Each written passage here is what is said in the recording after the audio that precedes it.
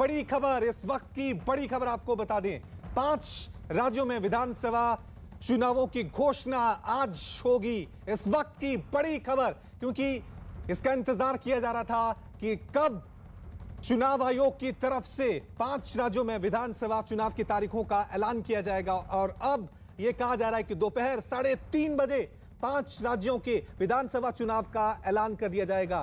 पंजाब, आपको बता दें, उत्तर प्रदेश, मणिपुर, गोवा, उत्तराखंड, इन 5 राज्यों में विधानसभा चुनाव होने हैं और इनकी तारीखों का ऐलान आज चुनाव आयोग ठीक 3:30 बजे करेगा। इस वक्त की सबसे बड़ी खबर हम आपको बता रहे हैं कि 5 राज्यों में होने वाले चुनावों की तारीखों का ऐलान चुनाव आयोग आज दोपहर 3:30 बजे करेगा। इस खबर पे और ज्यादा अपडेट के लिए सीधा रुख करते हैं मेरे सहयोगी नीरज का। नीरज, क्या कुछ जानकारी मिल पा रही है? देखिए, बिल्कुल साफ हो गया कि आज घोषणा होगी। उत्तर प्रदेश, उत्तराखंड, मणिपुर, गोवा, पंजाब के लिए चुनाव की घोषणा आज 3:30 बजे मुख्य चुनाव आयुक्त और बाकी 2 चुनाव आयुक्तों के साथ करेंगे। उत्तर प्रदेश जो जानकारी मिली है, अब तक जो सूत्रों से 6 से 8 चरणों में मतदान होगा। पंजाब में 1 से 3 की प्लानिंग चल रही थी, अंतिम तौर पे कितने चरण में होंगे ये देखना होगा, आज इसकी घोषणा होगी। गोवा में 1 चरण में चुनाव होंगे, उत्तराखंड में 1 चरण में चुनाव होंगे, पंजाब में माफ कीजिएगा, मणिपुर में 2 चरणों में चुनाव होने की संभावना है। तो ये पूरा खाका होगा। देखिए, तो आज से चुनाव आचार संहिता लागू हो जाएगी, लेकिन सबसे बड़ी खबर 5 राज्यों के लिए अब तक ये है कि आज 3:30 बजे चुनाव आयोग दिल्ली के विज्ञान भवन में विधानसभा चुनावों का ऐलान करेगा, तारीखों का ऐलान करेगा। फरवरी के पहले हफ्ते से मतदान की शुरुआत होगी, यानी फरवरी के पहले हफ्ते में पहले चरण का मतदान होगा और मार्च के पहले हफ्ते तक मतदान होंगे और उसके बाद मतगणना की तारीख मार्च महीने में होगी। 15 मार्च से पहले चुनाव आयोग तमाम जो है चुनाव प्रक्रिया को संपन्न कर लेगा, क्योंकि 15 मार्च का डेडलाइन है जिससे पहले चुनाव आयोग को चुनाव की प्रक्रिया को संपन्न कराना है। तो मुझे लगता है कि 9-10 के आसपास मतगणना की तारीख होगी, मार्च के आसपास, और फरवरी और मार्च में मतदान की तारीख होगी। पहले हफ्ते तक पूरा जो मतदान की प्रक्रिया है वो खत्म हो जाएगी। मतगणना की प्रक्रिया मार्च के दूसरे हफ्ते में होगी। लेकिन आज चुनाव की घोषणा के बाद 5 राज्यों में चुनाव आचार संहिता लागू हो जाएगी। देखना होगा कि गाइडलाइंस क्या आते हैं, क्योंकि तमाम लोगों की नजरें थी कि किस तरह की कोरोना गाइडलाइंस होगी। क्या चुनाव आयोग बड़ी रैलियों पे पाबंदी लगाएगा या राज्य निर्वाचन अधिकारी या जिला निर्वाचन अधिकारी को उसके लिए सख्त हिदायत देगा कि अगर किसी तरह का उल्लंघन होता है तो आप कड़ा एक्शन ले। लेकिन अभी की बड़ी खबर जो न्यूज़ 18 इंडिया पे तमाम लोग हमें देख रहे होंगे उनके लिए ये है कि 5 राज्यों के चुनाव की घोषणा अब से थोड़ी देर बाद, यानी 4 घंटे बाद चुनाव आयोग की तरफ से की जाएगी दिल्ली के विज्ञान भवन में। और इसमें उत्तर प्रदेश, पंजाब, गोवा, मणिपुर, उत्तराखंड के लिए चुनाव तारीखों का ऐलान किया जाएगा, कितने चरण होंगे इसका ऐलान किया जाएगा, मतदान और मतगणना की तारीख का ऐलान किया जाएगा, कोरोना को लेकर गाइडलाइंस क्या होंगे इसका ऐलान किया जाएगा।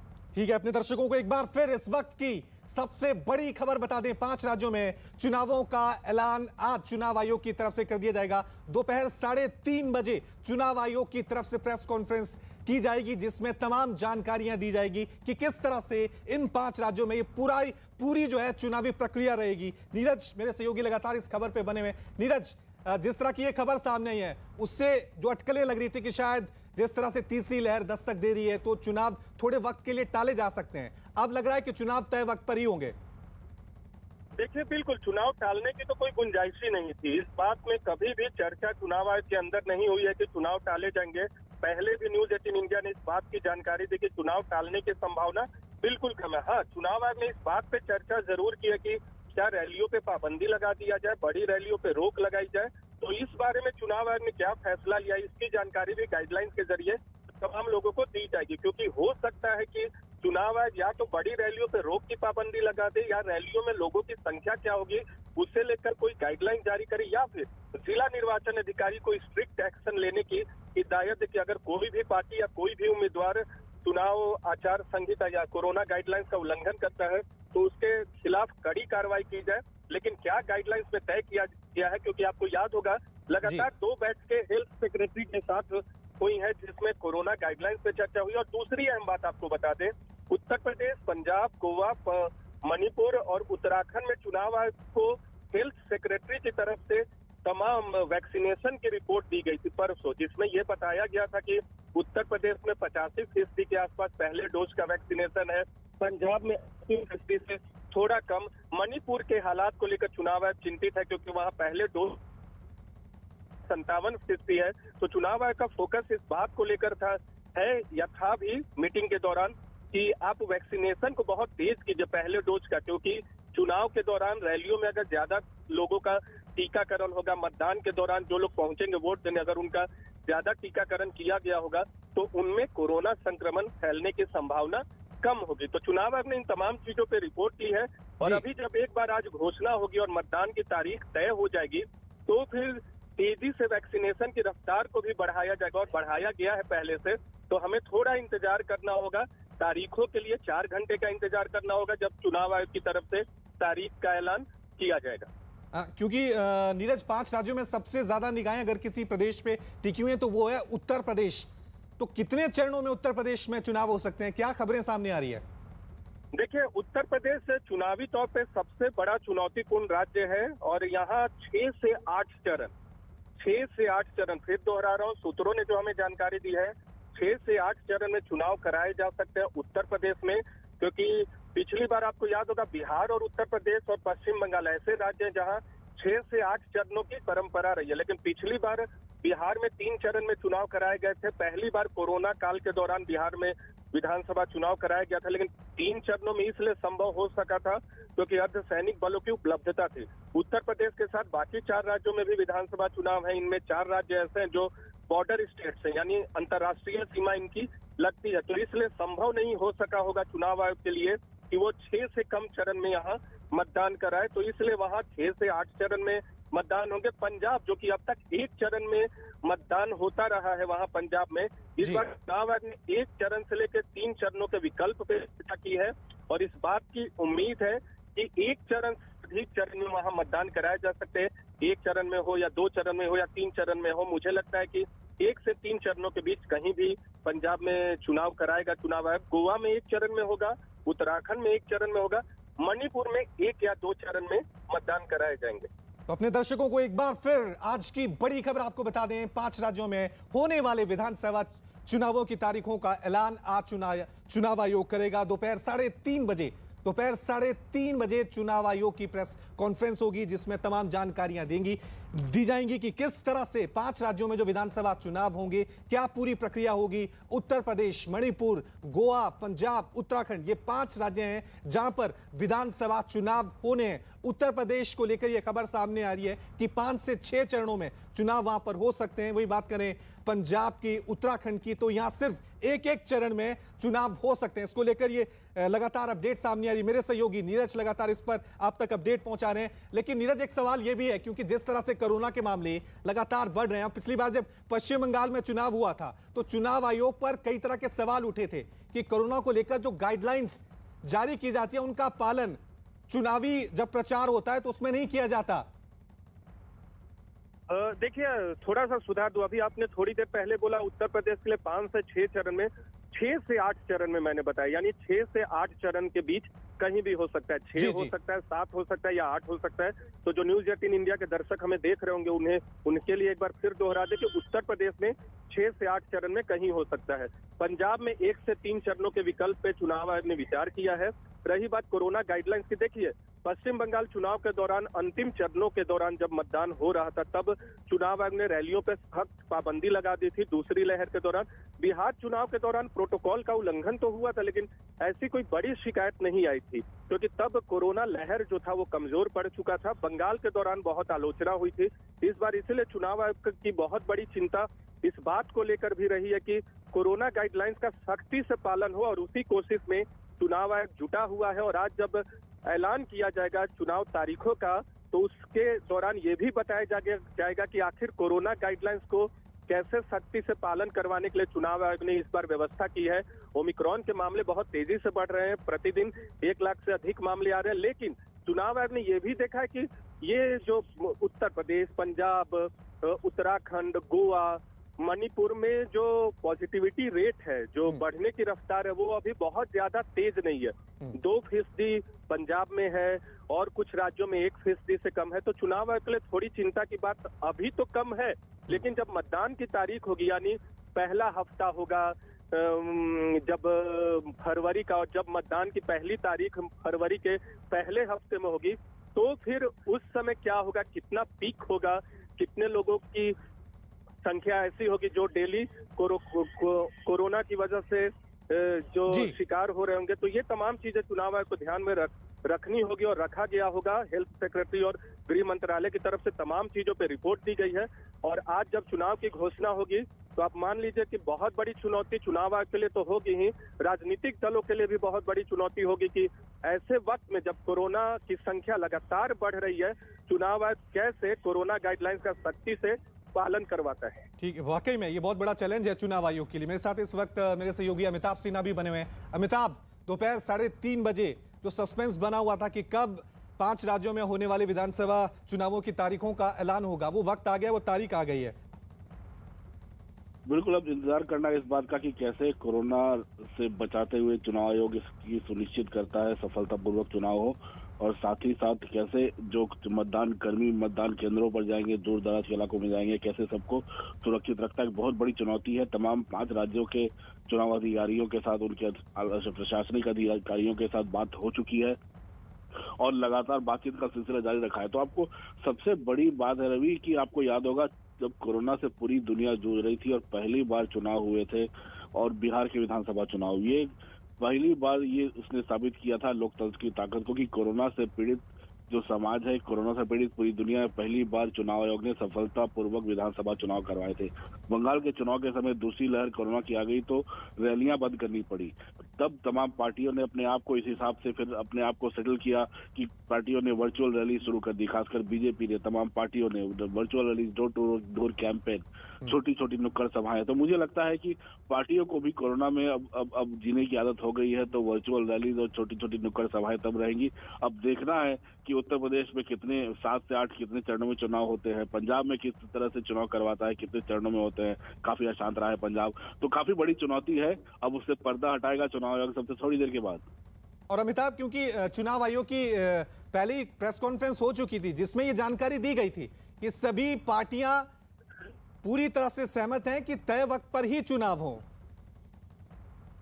बिल्कुल, लखनऊ भी चुनाव आयोग गया था तो तमाम पार्टियों के प्रतिनिधिमंडल से मुलाकात हुई थी और सब ने यही कहा था कि तय तिथि पर ही चुनाव हो, संवैधानिक प्रक्रिया पूरी कर दी जाए जिस तारीख को तमाम राज्यों में होने वाली है, चाहे वो मणिपुर हो, चाहे पंजाब हो, चाहे गोवा हो, चाहे उत्तराखंड हो। सभी राज्यों के प्रशासनिक अधिकारियों ने कहा था, सब अपनी तैयारी कर चुके हैं, सब जान चुके हैं कि जो कोरोना को लेकर जो गाइडलाइंस है गृह मंत्रालय की, उसको पालन करना है। आपको याद होगा चुनाव आयोग ने पहले भी तमाम गाइडलाइंस तब भी जारी की थी कि जो भी मतदान केंद्र है वहां पर सैनिटाइजर की सुविधा रखी जाए, वहां मास्क की सुविधा रखी जाए, और इन तमाम चीजों को ध्यान में रखते हुए चुनाव जितने मतदान कर्मी है उनको कहा गया है इस बार की आप डबल वैक्सीनेटेड हो तभी चुनाव में आप चुनाव के काम में लगाया जाएगा। तो ये तमाम चीजें हैं, तमाम प्रिकॉशंस हैं जो चुनाव आयोग ने लेने को के लिए दिशा निर्देश जारी कर दिए हैं। तो मुझे लगता है एक बार फिर चुनाव आयोग सफल रहेगा इसमें। ठीक है, मेरे सहयोगी नीरज हमारे साथ दिल्ली से बने हुए हैं और नोएडा से जावेद हमारे साथ बने हुए हैं। सबसे पहले नीरज, आपका ही रुख करूंगा क्योंकि आपने ही इस खबर को ब्रेक किया था। नीरज, 3:30 बजे ये प्रेस कॉन्फ्रेंस होगी और क्या बड़े ऐलान हो सकते हैं चुनाव आयोग की इस प्रेस कॉन्फ्रेंस में? देखिए, आज जब 3:30 बजे मुख्य चुनाव आयुक्त और दोनों चुनाव आयुक्त तारीखों का ऐलान करेंगे तो कौन कौन सी महत्वपूर्ण बातें होंगी वो आपको बताते हैं। पहला ये कि 5 राज्यों के लिए विधानसभा चुनाव की तारीखों का ऐलान करेगा चुनाव आयोग। दूसरा ये कि इस ऐलान में उत्तर प्रदेश, पंजाब, मणिपुर, गोवा और उत्तराखंड के लिए बताएगा कि कितने चरणों में मतदान कराए जाएंगे। मतदान की तारीख के अलावा मतगणना की तारीख बताई जाएगी जो कि मार्च के दूसरे हफ्ते में होगी, इस बात की संभावना है। चौथी इंपॉर्टेंट बात यह होगी कि उत्तर प्रदेश में कितने चरणों में चुनाव होंगे, क्योंकि उत्तर प्रदेश एक बहुत ही महत्वपूर्ण राज्य है। 5 राज्यों में सबसे बड़ा राज्य है, विधानसभा की 403 सीटें आती हैं। उसके बाद पंजाब एक ऐसा राज्य है जो बड़ा राज्य, और हाल के वक्त में जिस तरह से कानून व्यवस्था की स्थिति वहां उपजी है उसको लेकर चुनाव आयोग चिंतित जरूर होगा। तो वहां कितने चरणों में चुनाव कराए जाएंगे? उत्तर प्रदेश में 6 से 8 चरणों में मतदान कराए जाने की उम्मीद है। पंजाब में 1 से 3 चरण, मणिपुर में 1 से 2 चरण, गोवा में 1, उत्तराखंड में 1। तो 5 राज्यों के विधानसभा चुनाव में इन तमाम चीजों का ऐलान चुनाव आयोग करेगा। लेकिन एक सबसे बड़ा सवाल जो आज के प्रेस कॉन्फ्रेंस के दौरान होगा वो ये होगा कि कोरोना गाइडलाइंस का पालन कैसे किया जाएगा, रैलियों पर किस तरह की पाबंदी लगाई गई है, क्या अधिकार जिला निर्वाचन अधिकारी को दिया गया है, या फिर चुनाव आयोग ने यह तय कर लिया कि बड़ी चुनावी रैलियों को अभी करने की इजाजत नहीं दी जाएगी, बाद में दी जाएगी। ठीक है, जावेद भी हमारे साथ बने हुए हैं नोएडा से, क्योंकि जावेद आप अभी यूपी में हैं और इन 5 राज्यों में अगर किसी राज्य पर सबसे ज्यादा निगाहें टिकी हुई हैं तो वो उत्तर प्रदेश है। तो अभी 3:30 बजे तो ऐलान हो जाएगा, तो अभी क्या राजनीतिक पार्टियों के रिएक्शन वहां पे देखने को मिल रहे हैं, लोगों के क्या रिएक्शन है? देखिए, उत्तर प्रदेश में हम लगातार पिछले कई दिनों से घूम रहे हैं। सियासी रंग उत्तर प्रदेश में चढ़ रहा है और तारीखों का इंतजार किया जाना था जो आज 3:30 बजे चुनाव आयोग कर देगा। देखिए, यह महत्वपूर्ण इसलिए है कि उत्तर प्रदेश एक बड़ा राज्य तो है ही, जैसे नीरज बता रहे थे कितना महत्वपूर्ण है, साथ ही कोविड की स्थिति पर नजर रहेगी, क्योंकि कोविड को ध्यान में रखते हुए तमाम जो अनाउंसमेंट है वो समझ लीजिए हो सकता है। और गुरुवार को निर्वाचन आयोग के आला अधिकारियों ने केंद्रीय स्वास्थ्य मंत्रालय के शीर्ष अधिकारियों के साथ बैठक की थी और उस बैठक में क्या कुछ बात हुई है, टीकाकरण पर जोर दिया गया है, ये तमाम ऐसे मसले हैं, ये सब ध्यान में रखा जाएगा और उसको देखते हुए ही जब चुनावों की तारीखों का ऐलान किया जाएगा तो उसकी झलक भी इन चुनावी तारीखों में दिखाई देगी। तो सबसे महत्वपूर्ण यही है कि जब चुनाव आयोग घोषणा करेगा तारीखों का तो आज पता ही चलेगा, कोविड के बीच में किस तरह से चुनावों को संपन्न कराया जाना है इस बात पर भी नजरें रहेंगी। जो राजनीतिक दल है वो पूरी तरह से तैयार है। लखनऊ में बैठक की थी, तमाम तरह से सभी राजनीतिक दल एक राय से उन्होंने ये कहा था कि चुनाव जो है वो तय तारीख पर होने चाहिए। ऐसे में जो राजनीतिक दलों का जो दृष्टिकोण है वो बिल्कुल साफ है। अब चुनाव आयोग किस तरह से चुनावों की तारीख और कोविड के बीच संतुलन बनाता है इस पर नजरें रहेंगी। जी नीरज, लेकिन यहां पर एक चुनौती यह भी है क्योंकि प्रतिदिन पिछले 24 घंटे में देश में 1,41,000 कोरोना के मामले सामने आए। इन आंकड़ों के बीच चुनाव भी हो रहे हैं देश में 5 राज्यों में, तो मतदाताओं को कैसे जागरूक किया जाएगा ताकि डर ना हो, भय ना हो, वो वोट डालने के लिए निकले? ये भी बड़ा चैलेंज है चुनाव आयोग के लिए। देखिए, मतदाता से ज्यादा राजनीतिक दलों और चुनाव आयोग के लिए चैलेंज है, क्योंकि चुनाव आयोग का भी जोर रहता है कि अधिक से अधिक मतदाता मतदान के लिए निकले और राजनीतिक दलों के लिए तो चुनाव जीतने का आधार ही मतदाता होते हैं। तो इस बात पे जोर रहेगा राजनीतिक दलों और चुनाव आयोग का कि अधिक से अधिक मतदाताओं को निकाले। लेकिन सबसे बड़ी चुनौती ये होगी कि कैसे, चाहे रैली हो या मतदान, उस दौरान कैसे मतदाताओं को सुरक्षित रखा जाए। दूसरी अहम बात की देखिए, आज 3:30 बजे के बाद क्या होगा। आज 3:30 बजे के बाद 5 चुनावी राज्यों में आचार संहिता लागू हो जाएगी। कोई भी शिलान्यास, सरकारी योजनाओं का उद्घाटन या शिलान्यास आप नहीं कर सकेंगे। कोई भी ऐसा काम जिससे मतदाता प्रभावित होता हो या चुनाव आचार संहिता के अंतर्गत आता हो वो आप नहीं कर सकते। दूसरी अहम बात की तमाम जगहों पे, चाहे यूपी की बात करें, पंजाब की बात करें, गोवा की बात करें, मणिपुर की बात करें या उत्तराखंड की बात करें, तमाम राजनीतिक दल पहले ही से ही अपनी कोशिश में लगे हैं। लेकिन चुनाव की घोषणा के बाद जो है वो अपनी ताकत और झोंक देते हैं। लेकिन 2-3 राज्यों के लिए बहुत महत्वपूर्ण होगा, क्योंकि पंजाब, उत्तर प्रदेश के पहले चरण के मतदान, या उत्तराखंड की बात करें, क्योंकि यहाँ कई बार होता है कि पहले फेज में ही चुनाव करा दिए जाते हैं, तो यहाँ के दलों को इस बात पे नजर रखनी होगी कि वो अपने उम्मीदवारों की घोषणा जल्दी कर दे। जैसे अगर पंजाब की बात करें तो पंजाब में अकाली दल और आम आदमी पार्टी ने अपने मतदाताओं की, माफ कीजिएगा, उम्मीदवारों के टिकटों का ज्यादा ऐलान कर दिया है। कांग्रेस पार्टी की बैठक अभी होने वाली है, वो भी 1-2 दिनों के अंदर अपने उम्मीदवारों का ऐलान कर देंगे, क्योंकि अगर पंजाब में एक फेज में चुनाव होता है तो आपको जल्द से जल्द 117 सीटों के लिए उम्मीदवारों का ऐलान करना होगा। अगर 1 से 3 फेज होता है तो थोड़ा सा वक्त आपको मिलता है उम्मीदवारों के ऐलान करने के लिए। दूसरी तरफ अगर देखें, उत्तर प्रदेश में पहले चरण के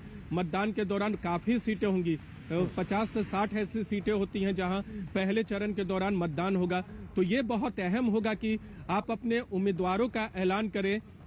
उत्तर प्रदेश में मुकाबला चतुष्कोणीय होता ही है, BJP, Congress, BJP, Samajwadi party, Congress, BSP. Punjab में इस बार मुकाबला भी चतुष्कोणीय है। एक तरफ कांग्रेस है, दूसरी तरफ आम आदमी पार्टी है, तीसरी तरफ बीजेपी अमरिंदर सिंह का गठबंधन है, अकाली दल है। गोवा में टीएमसी और आम आदमी पार्टी के मजबूत दावेदारी के बाद वहां भी मुकाबला चतुष्कोणीय है। मणिपुर में तो है ही बीजेपी, कांग्रेस और दूसरी क्षेत्रीय पार्टियां। उत्तराखंड में मुकाबला त्रिकोणीय है, आम आदमी पार्टी, कांग्रेस और भारतीय जनता पार्टी के बीच। तो इस बार पांचों चुनावी राज्यों का जो चुनाव है वो अपने आप में अहम इस बात को लेकर है कि विपक्ष की तरफ से दावेदारी पार्टियों की बढ़ गई है। सत्ताधारी पार्टी तो अपनी जगह है ही, लेकिन विपक्षी जो पार्टियां हैं उनकी तरफ से दावेदारी बढ़ गई है। देखना होगा कि किनका प्रदर्शन कैसा होता है। लेकिन आज 3:30 बजे मुख्य चुनाव आयुक्त सुशील चंद्रा, दोनों चुनाव आयुक्तों के अलावा राजीव कुमार और अनूप चंद्र पांडे के साथ आज उत्तर प्रदेश, पंजाब, उत्तराखंड, गोवा, मणिपुर के विधानसभा चुनावों का ऐलान करेंगे। ठीक है, हमारे साथ इस वक्त बीजेपी के राकेश त्रिपाठी भी जुड़ गए हैं। राकेश जी, दोपहर 3:30 बजे 5 राज्यों में होने वाले विधानसभा चुनावों की तारीखों का ऐलान कर दिया जाएगा, आपका रिएक्शन? देखिए, हम तो इंतजार में हैं। चुनाव आयोग जब भी ऐलान करेगा, भारतीय जनता पार्टी ने अपने संगठन के तंत्र को पूरी मजबूती से कस रखा है। हमने जिस तरह का काम किया है, हम अपने काम के आधार पर, केंद्र और राज्य सरकारों की उपलब्धियों के आधार पर, अपने कार्यकर्ताओं के तंत्र के आधार पर हम चुनाव के लिए पूरी तरह से तैयार हैं और चुनाव में विजय भारतीय जनता पार्टी की सुनिश्चित होगी। 5 राज्यों में भारतीय जनता पार्टी बहुत अच्छा प्रदर्शन करेगी, ऐसा हमें पूरी उम्मीद है। लेकिन राकेश जी, एक सवाल हमेशा उठते हैं, पश्चिम बंगाल में जब चुनाव हुए थे तब भी सवाल उठे थे कि जब भी चुनाव होते हैं कोरोना के बीच तो राजनीतिक पार्टियां जो हैं वो तमाम गाइडलाइंस का पालन नहीं करती हैं। तो ये अपने आप में चैलेंज होगा सभी राजनीतिक पार्टियों के लिए, बीजेपी के लिए? नहीं, भारतीय जनता पार्टी का अनुशासित राजनीतिक दल है। जो भी चुनाव आयोग की गाइडलाइंस होंगी, जो भी प्रशासन इस बातों को लेकर के तय करेगा, हम उसका पूरी तरह से पालन करेंगे। चुनाव आयोग के जो भी निर्देश होंगे, उन निर्देशों का पालन करने के लिए भारतीय जनता पार्टी संकल्पबद्ध है। राकेश जी, बहुत बहुत शुक्रिया हमारे साथ बातचीत करने के लिए। हमारे साथ जावेद नोएडा से बने हुए हैं, नीरज दिल्ली से लगातार हर एक अपडेट इस प्रेस कॉन्फ्रेंस की जो दोपहर 3:30 बजे होने वाली है उस पर दे रहे हैं। जावेद, आपसे मैं सवाल करूंगा, खासकर यूपी की सियासत को लेकर। यहां पर टक्कर समाजवादी पार्टी और बीजेपी में लगातार सामने हमें देखने को मिल रही है, लेकिन बीएसपी इसमें पिछड़ रही है। देखिए, पिछले कई दिनों से जो हमारे लगातार, खासतौर से अगर पश्चिम उत्तर प्रदेश का हम दौरा हम लगातार घूम रहे हैं, जो चुनावी लड़ाई में जमीन पर जो 2 पार्टियां दिख रही हैं वो आप सही कह रहे हैं, भारतीय जनता पार्टी और समाजवादी पार्टी दिख रही हैं। हाँ। बहुजन समाज पार्टी की जो नेता है मायावती, उनकी अभी कोई बड़ी रैली पिछले कई दिनों में नहीं हुई है और ये एक पॉलिटिकल चर्चा का विषय भी है कि आखिर मायावती चुनावों में कहां है। क्या ये कोई रणनीति का हिस्सा हो सकता है मायावती की? क्योंकि मायावती की पार्टी बसपा ऐसी पार्टी है जो बहुत पहले से उम्मीदवारों की घोषणा कर देती है, उम्मीदवारों की घोषणा हो रही है, लेकिन मायावती जो है एक बड़ी पॉलिटिकल रैली नहीं कर रही है कि क्या, या उनके जो कार्यकर्ता पदाधिकारी हैं डोर टू डोर कैंपेन पर हिस्सा दे रहे हैं। लेकिन ये एक राजनीतिक चर्चा का विषय बना हुआ है क्योंकि मायावती एक बड़ी पॉलिटिकल फोर्स उत्तर प्रदेश में है, मुख्यमंत्री रही हैं। तो ऐसे में ये सवाल बिल्कुल जायज है कि आखिर मायावती कब जो पॉलिटिकल रैलीज हैं, जो चुनावी अभियान है, वो कब शुरू करेंगी? क्योंकि देखिए, जब बड़े चेहरों की बात होती है, चाहे बीजेपी का, अभी हमने बहुत सारी रैलीज हमने कवर की, प्रधानमंत्री नरेंद्र मोदी भी उत्तर प्रदेश में गए, सीएम योगी आदित्यनाथ लगातार उत्तर प्रदेश में जनसभाएं कर रहे हैं, जन विश्वास यात्रा बीजेपी ने निकाली, विजय यात्रा अखिलेश यादव लगातार अलग अलग जगहों पर निकाल रहे हैं। तो ऐसे में बड़ा सवाल बहुजन समाज पार्टी पर खड़ा हो रहा है कि आखिर वो कब कैंपेन शुरू करेंगे और कब वो जमीन पर दिखेंगे। तो ऐसे में ये नजरें सभी की बनी हुई है और अब देखिए, तारीखों का ऐलान आज हो जाएगा और उसके बाद चुनावी जो रणनीतियां हैं वो फिर से बदलेंगी। तमाम राजनीतिक दल अलग तरीके से आचार संहिता का लागू होने का इंतजार करते हैं और उसके बाद आगे की रणनीति तय करते हैं। तो आज से और जो सियासी गर्मी है वो और बढ़ जाएगी आज चुनावी तारीखों के ऐलान के बाद। जी ठीक है, नीरज भी हमारे साथ बने हुए। नीरज, क्योंकि यूपी की सियासत की हमने बात की, बात कर लेते हैं पंजाब की सियासत की, क्योंकि शुरुआत में ऐसा लग रहा था कि यहां मुकाबला त्रिकोणीय होगा, लेकिन अब जिस तरह से आम आदमी पार्टी एक्टिव हो गई है, उसके बाद अकाली दल है, कांग्रेस है और कैप्टन ने भी अपनी पार्टी बना ली है, किस तरह से देख रहे हैं वहां पे सियासी समीकरण कैसे बन रहे हैं? क्योंकि अब वक्त बहुत कम रह गया है। देखिए, कांग्रेस तो सत्ता में है और आम आदमी पार्टी की जहां तक बात है तो आम आदमी पार्टी तो मुख्य विपक्षी पार्टी के तौर पे वहां पिछले बार से ही है। तो एक्टिव क्या कहें, अपनी पुरजोर मौजूदगी पिछले चुनाव से ही उन्होंने अपनी दर्ज कराई है। अकाली दल के लिए चुनौती है कि क्या किस तरह की चुनौती वो देते हैं सत्ताधारी पार्टी या दूसरी विपक्षी पार्टियों को, खासकर आम आदमी पार्टी को, ऐसे वक्त में जब पूरे देश में ये नैरेटिव चल रहा है कि वहां मुकाबला कांग्रेस और आम आदमी पार्टी के बीच में है, और ऐसे चौथी पार्टी के तौर पे या चौथी दावेदारी भारतीय जनता पार्टी और अमरिंदर सिंह के पक्ष की तरफ से की गई है। तो चतुष्कोणीय वहां मुकाबला है और 10 दिन मैं वहां मौजूद था। उस 10 दिन के दौरान ये कहना बहुत मुश्किल था कि किस पार्टी का पलड़ा भारी है। हालांकि कुछ सत्ताधारी पार्टी भी अपनी मौजूदगी दर्ज करा रही थी, विपक्षी पार्टियां भी अपनी मौजूदगी दर्ज करा रही थी। तब तक बीजेपी और अमरिंदर सिंह का अलायंस सामने नहीं आया था। तो ऐसे में जबकि 4 पार्टियां होंगी तो मतदाताओं के लिए भी चुनना मुश्किल होगा कि किसको चुने। 3 से जीत हासिल की।